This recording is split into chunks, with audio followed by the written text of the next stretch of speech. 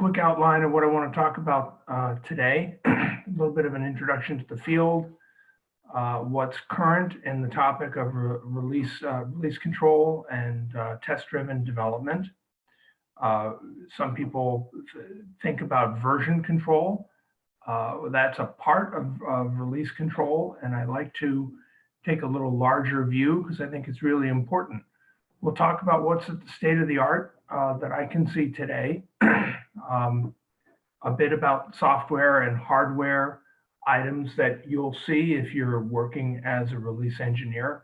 We'll talk about some job roles and try to pull things together at the end with a case study and some information about how to get started. If you want to do this kind of work, this is really exciting to you. Well, what should you do?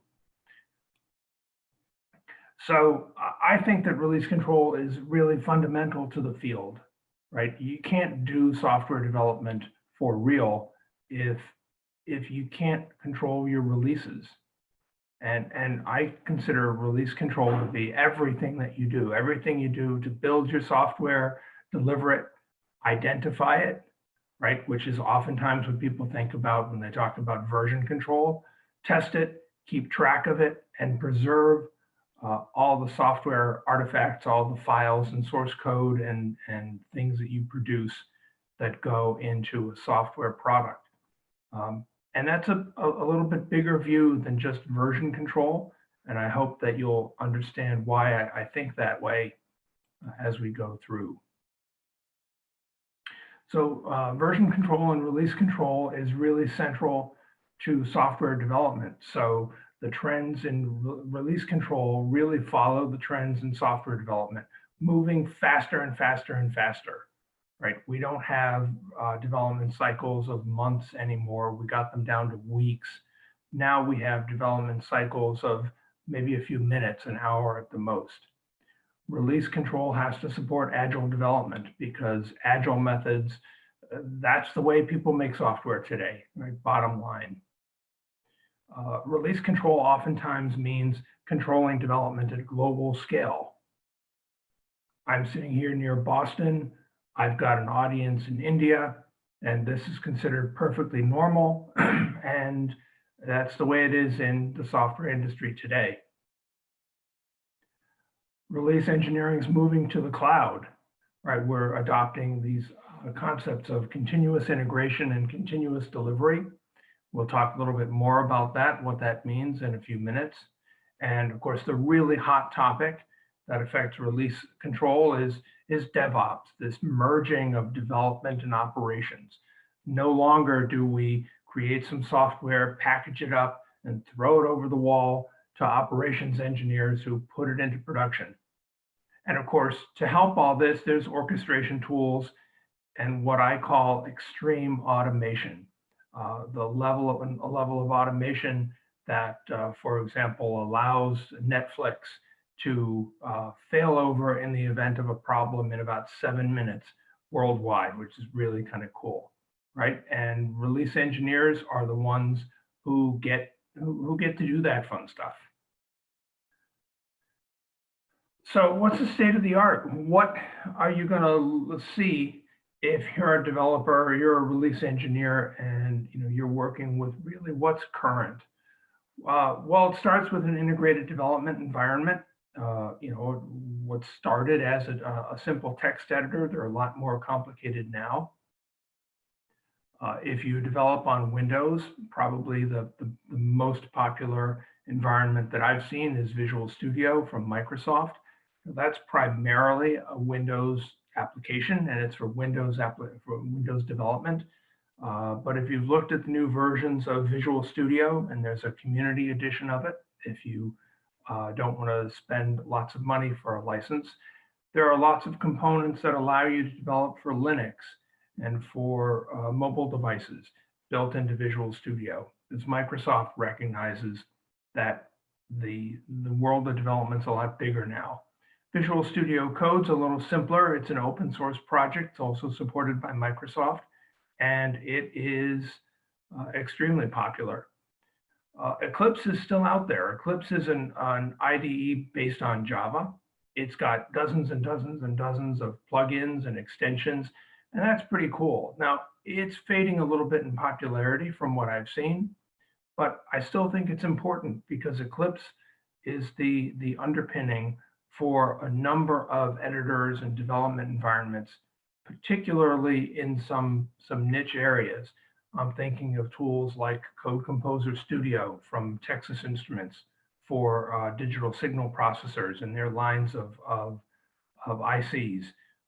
Their environment is based on Eclipse with their custom pieces for their hardware. Of course, there are a lot of development environments out there, right? But these are some of the big ones that I know about. In terms of version control and testing tools, I think today Git is the major version control player. Over here, we'd say it's the 800-pound gorilla in the zoo. Everybody wants to use Git. Everybody's interested in Git. So if there's one version control tool you want to know, I think this is it. Subversion is also important, though it's fading in a little bit in popularity. There are some other open source tools out there. Fossil is one, and there are others. And of course, there are some traditional version control systems that are still out there. And those are important to think about because these tools don't change all that often at a particular company or on a particular team.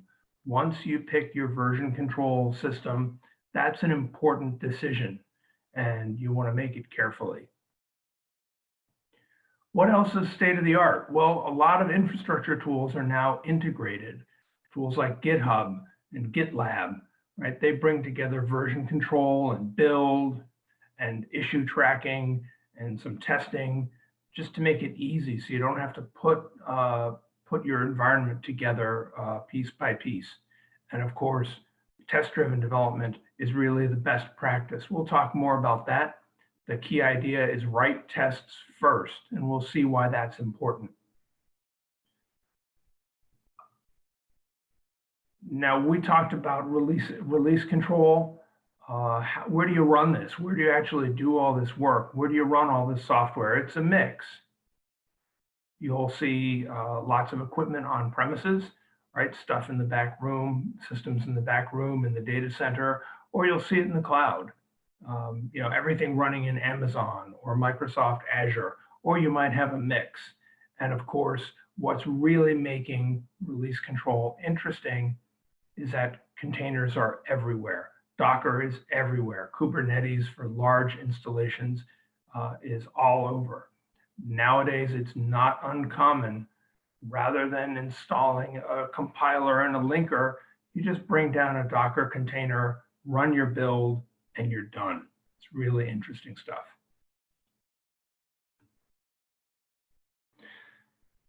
So we've covered some of this already, but some leading software items that are out there that you're going to see, obviously Git and GitHub.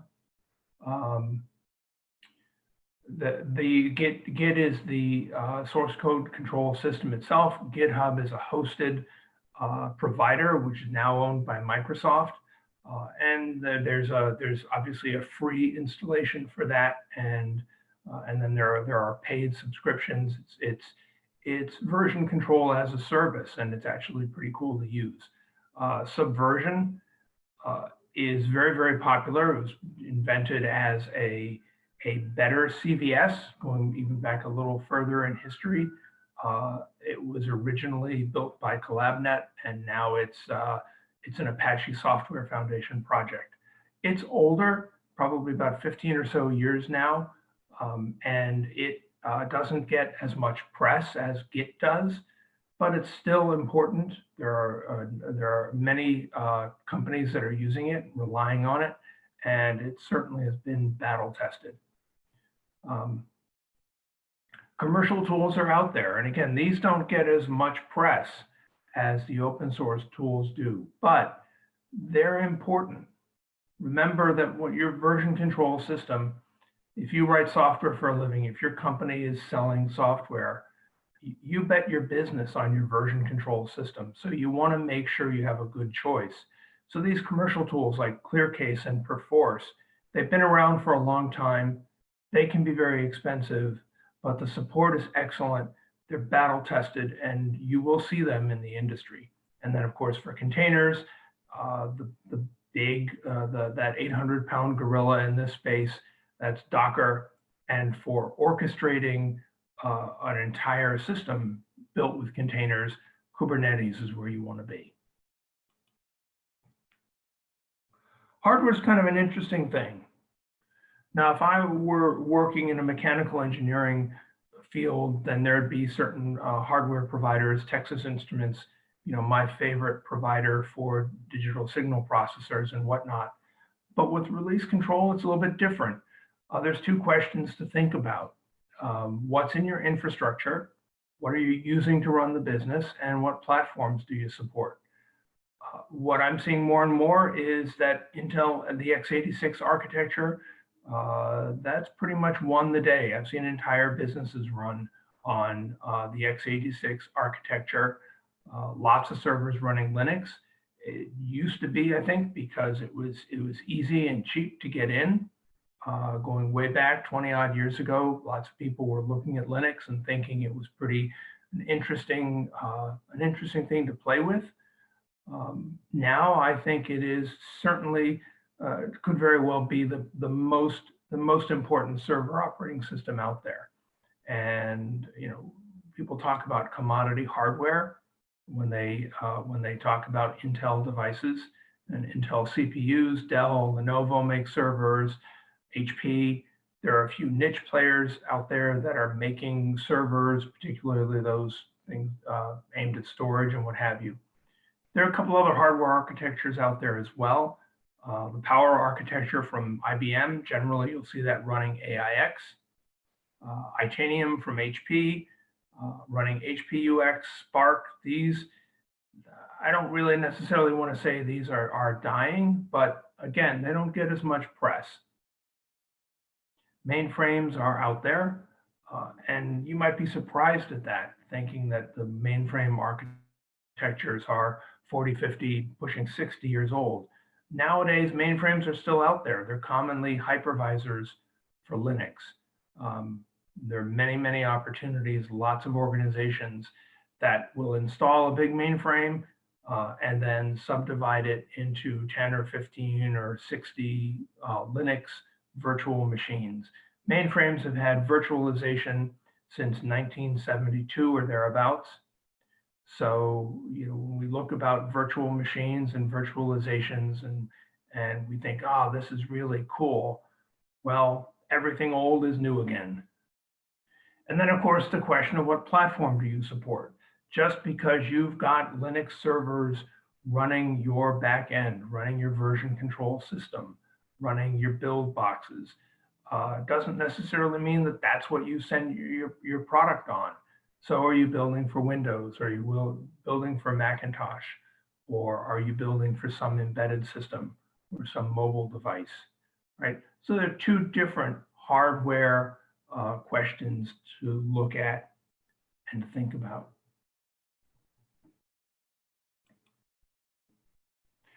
So let's talk a little bit about build. I've used this term software build before. And oftentimes people look at the term build and they think, oh, that's what I do when I compile my code. Well, I think it's more than that. Obviously, it's the steps you take to compile and link your code, turn your source into object code, but I include packaging of the code. If you're going to make a zip file or a tar file on Unix or Linux, if you've got some dependencies, perhaps I need to include my source code, deliver that to my customer, or I've got some dependent packages I need to install, got some configuration files. These all are considered part of the build. They're considered part of your software. You should keep them in version control. Build also includes any formal packaging that you do. For example, on Windows, you might use Install Shield to build an installer program for the application. For Linux, you might build an RPM package, make it easy for your customer to install the software.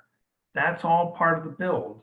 and the files you use for that, that needs to be in source control. It's part of your software and it's important.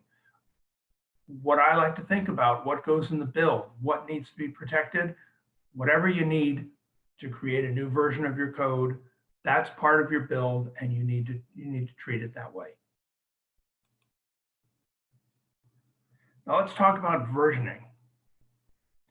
I don't know how many of you are working right now in software roles or have worked on software products, but I have lots and lots of experience with getting a new version of software and then having something break. And then somebody says, oh, I don't know what happened. Gee, this worked on Tuesday and then I made a change and I don't know what happened. Well, you can't have quality software if you can't name it and track every version. So versioning is really, really important. One easy way to do it is I like to use numbered releases. I've seen a number of different systems out there. Some people like years. Some software systems have names. The Ubuntu distribution of Linux is famous for that. But I like numbered releases because they're simple, they're extendable, and they don't they hide information that I like to hide, like dates and ages, but it gives me lots of information that I need to know exactly what version of software I'm using. So I like a four-digit numbering scheme. The first digit is the major version number, and that represents high-level compatibility. So if I have a software package and I've got a version 1 versus a version 2, well, I expect that version 2 could very well be different. Maybe it supports different hardware platforms. Maybe it's got different file formats. I don't know, right? The details depend on the product. But going from version 1 to version 2, I expect things to change. Then there's a release, right? This is the difference between, say, version 2.1 and 2.2. If I'm changing the release level, I think that's okay to add features. I expect that version 2.2 is going to give my customer something new, something better than 2.1. Now, I expect there to be overall compatibility. So if I upgrade from 2.1 to 2.2, my customer should not expect something to break. The third level is what I call the engineering level. Okay, so at the engineering level, if you're making a change, then I think it's okay to add some fixes, but not to change features. So again, I think that if I'm going from, say, version 2.1.1 to 2.1.2, then nothing will change that my user will see. Again, I might fix some bug fixes. I might do some performance improvements, but I expect the overall behavior of the software to be the same, right? And that third digit is the way I communicate that guarantee. And finally, the fourth digit, the build level. You should change this every time you compile, every time you make a build, right? That you're going to give away, take away from your development team, give to your QA guys, give to a customer or a beta customer. Every build needs to be identified. So to go back to my why doesn't it work, if I use a versioning scheme like this, let's say the version from Tuesday is 2.1.3.2. Now the version that I have today may be 2.1.3.3. Okay, well, there's a different version identifier. That's in my version control system. I can go find what changed between those versions, and I can track down what broke. If I don't do this level of careful versioning, I can't do that. And that means I'm going to waste time. I'm going to be trying to track down bugs and track down problems. And it's just going to be a mess. So that's why versioning is really, really important. Now, we've talked about building often. And this is really, really an important point. Because if your code doesn't build, then your software doesn't exist. You might be on a really big team. Maybe there's 100 developers and everybody's making changes, they're fixing bugs, they're doing a great job. But somebody's change broke the build. Now you don't have a product you can give to a customer. So all those hundreds and hundreds of changes, all that work is for nothing because you can't deliver it to a customer. You want to automate your build so you can do it easily and do it repeatedly. You want to do a clean build. You want to make sure that every file builds, every module builds. And building often is important because the longer you wait to find a broken build, the more time and money and work you're going to waste. Think about it. If I build once a week and my build is broken, then I can waste a week's worth of time for my entire team. But if I can build every hour, and then I'll know about a broken problem within an hour, I can only waste an hour of time. So if you are managing a team, if you were depending on selling this software so that you could get paid and get dinner tonight, which would you rather do? I know what I'd like to do. So this notion of build often and get quick feedback, this is what motivates continuous integration and continuous delivery. That's why it's important. And again, we'll talk about it in just a bit.